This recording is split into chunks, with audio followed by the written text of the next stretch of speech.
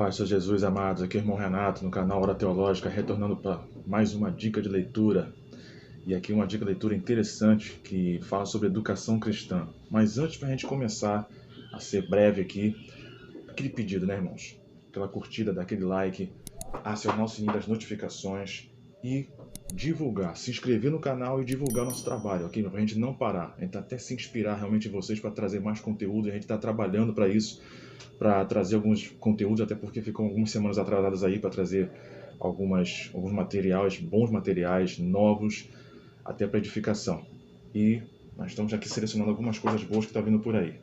Mas para hoje, essa dica aqui fantástica, não sei se vocês conhecem, a história da educação na antiguidade cristã, do Rui Afonso da Costa Nunes, Edições Quirion, né?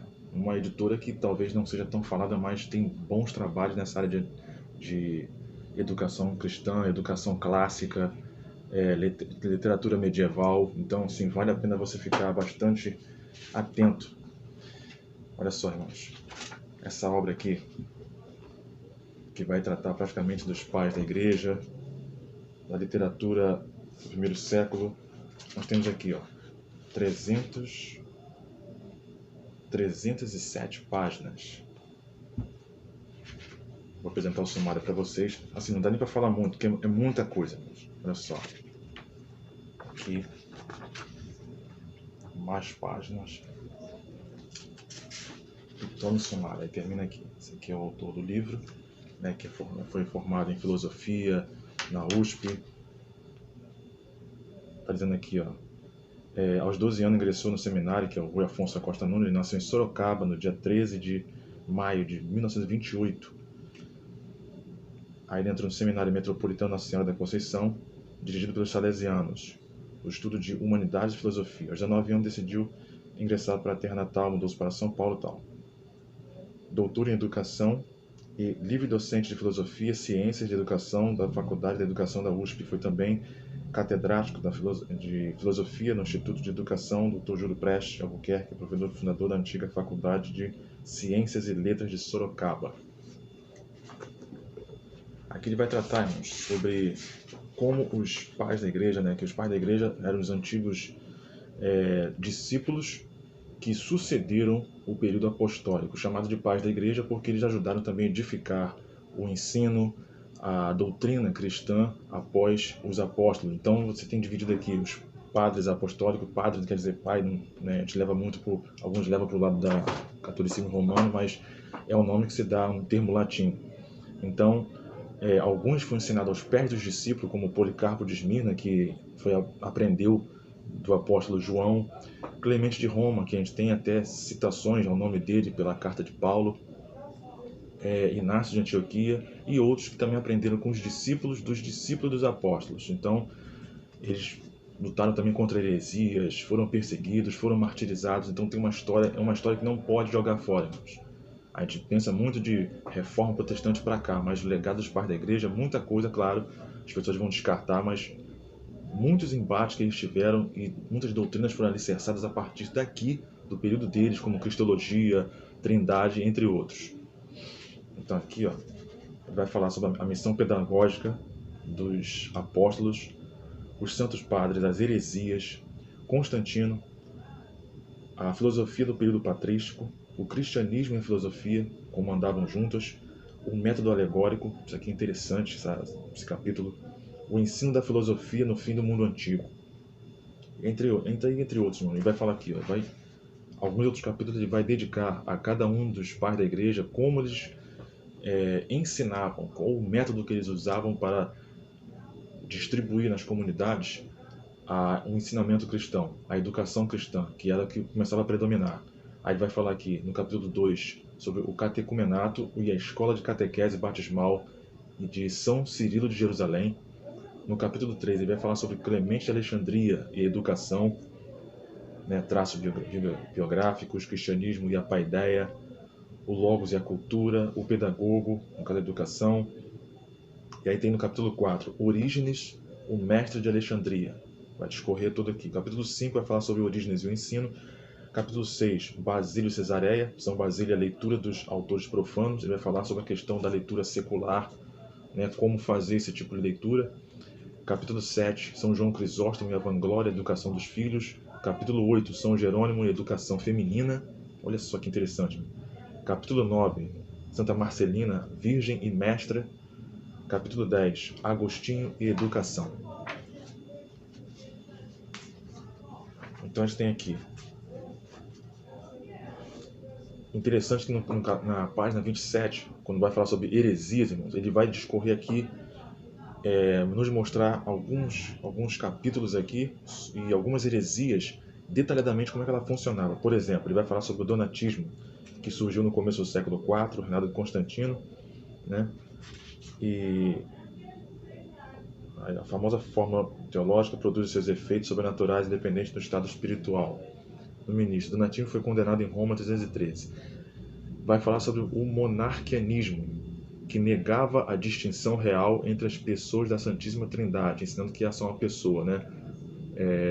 Alguns também vão falar mais frente sobre unitarismo, ou unicismo. E vai falar aqui também que essa questão dessa heresia, monarquianismo, eles ensinavam que o Pai, né, no caso era um Deus, como nós cremos, mas a questão de Cristo e o Espírito Santo são também atuações e manifestações do próprio Pai. Olha só como é que era a cabeça dos homens naquela época, quando ensinavam essas heresias. Vai falar sobre o arianismo, que era justamente contra a questão da divindade do Filho, falando que o Filho é uma criatura excelente, mas foi criada no tempo, ele teve princípio. O macedonianismo, né, que veio de Macedônio e que negava a divindade do Espírito Santo. Então, irmãos, olha só. Outro capítulo também interessante para a gente olhar é a página 37.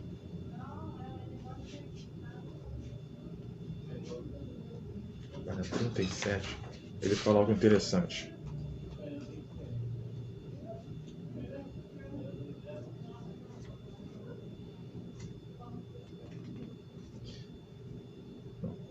Página 37, a página 184, é isso mesmo. A página 37 a gente já deu uma passadinha por lá. A página 184,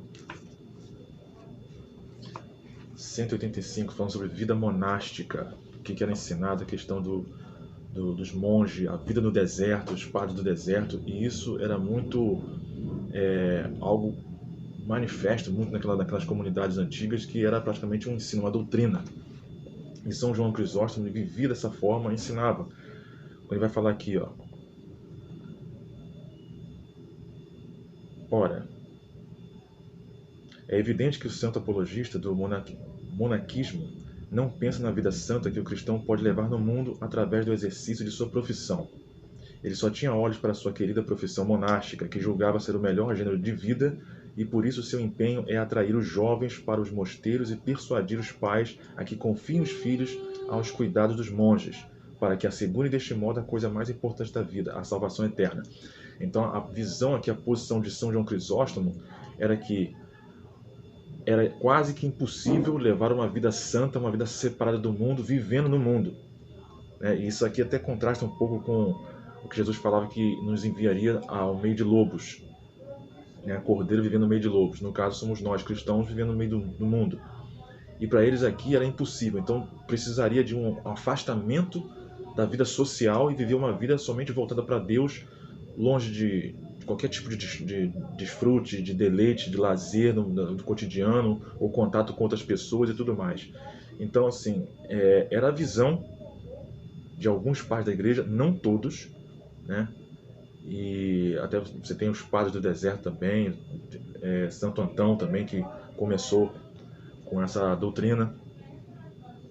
E São João Crisóstomo, ele tinha aquela questão de passar para os pais que a melhor coisa de assegurar a salvação eterna, né, era que os filhos fossem dedicados à vida santa desde bem jovem, nos mosteiros, longe da sociedade, para não se contaminar. Então a visão assim bastante radical do cristianismo no período antigo, ali nos primeiros séculos. Então, irmãos, olha só, aqui vai tratar sobre educação em vários ângulos, como os pais da igreja usavam o método, cada um usava o seu método. Aqui ele vai dizer aquela separação da alegoria, né, o método alegórico de interpretar a Bíblia, que era a escola de Alexandria, Orígenes ali, Cirilo de Alexandria, e o método de Antioquia, que era um método literal de interpretar. Aquilo está escrito, então é aquilo mesmo.